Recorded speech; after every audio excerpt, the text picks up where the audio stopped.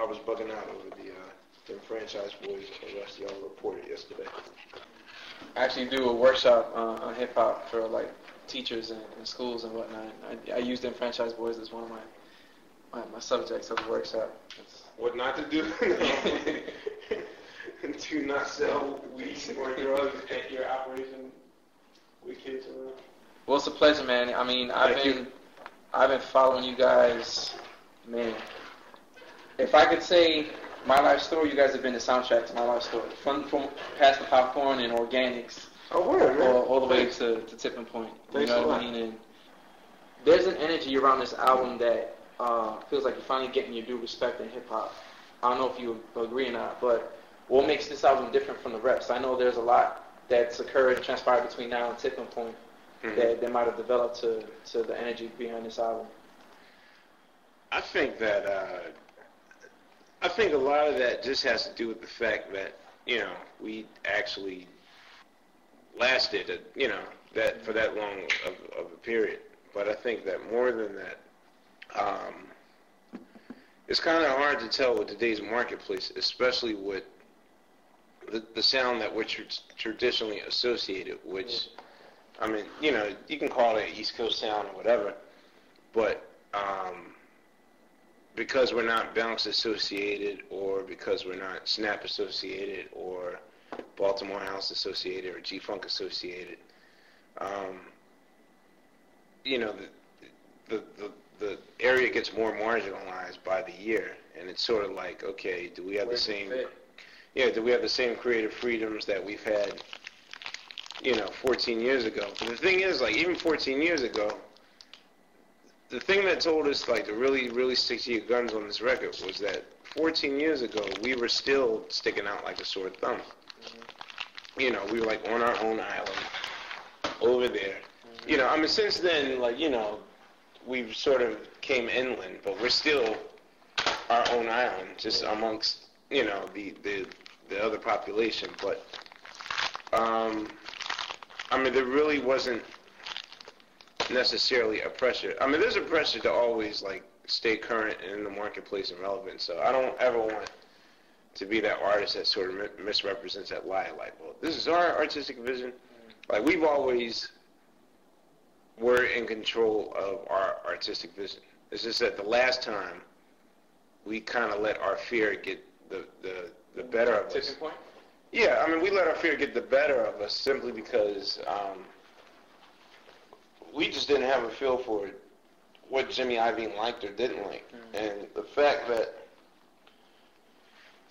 this is the same guy that you know, controls like 15 or 16 platinum acts, you know, someone is going to get neglected if you don't set a fire or raise a stinker, so to speak. So I mean, that was the last time. I mean, you figure that this would be that was the first and the last time we ever did a Please the President album. Now, you figured of all presidents to have, this would be the president. Please the President. Yeah, but he already made it clear that he ain't having that. Yeah. I think first important on his mind is, like, I don't want to be known as the big bad wolf who killed the Roots. You know, trying to make y'all do something. There's a lot of people nervous and anxious both at the same time. Well, I think a lot of people also see the move to Def Jam as, oh man, y'all gonna cash in. Y'all down with Hove, it's over. Fans in the audience doing this and all this stuff, and it's like far from it. Number one, he's not on an album. We didn't want him on. Like, yeah. I think it's just important that we coast that line that we were supposed to coast and not get overexcited and yay, we're finally going to make it. That's when you start to fall, when you start having those expectations and, you know, setting these marks for yourself that aren't going to happen. So, I mean, I pretty much expect this album to follow the same trail and the trials and, you know, the same potholes that we've encountered throughout our career. You know, I mean, I'm still very much of the knowledge that we are a very hard group to swallow to mainstream, just to mainstream America. So, just because we're on Def Jam with the world's most popular hip hop figure doesn't necessarily mean that okay, it's going to be smooth sailing. So I viewed it as like your biggest opportunity is also your greatest challenge. You know, so I don't know if you guys did any. Your albums usually are like a test of the time. So I don't know if you were going to do anything different this time around to kind of fit into this marginalized hip hop market. Well, that's you want 24s or. You know, gonna be snapping. I still drop. See, this is the thing. I'm very mad at snapping only because I'm like, damn, man, I know the snapping more as a culture thing with bounce music, but I mean, I'm like, damn, man, that is one of my sounds. Like, if anybody knows my production work with hand claps and snapping, so now it's like, y'all join me, little town snapping, and it's like, no, there's no snapping on this record. Usually, the direction of one album just follows whatever album that came before it, and how many times we had to perform said songs on stage. So, because we're one of the rare acts in hip-hop that have to perform these songs 200 times the previous year and a half, or maybe 2 years, you're usually trying to get as far away as possible. Now, I don't know if, like, that makes me the anal retentive or the neurotic member of hip-hop's production community, but, you know, I'm the person that makes the laundry list of shit we ain't done yet. Like, I've been making this list since, like, phrenology. Like, oh, what haven't we done yet?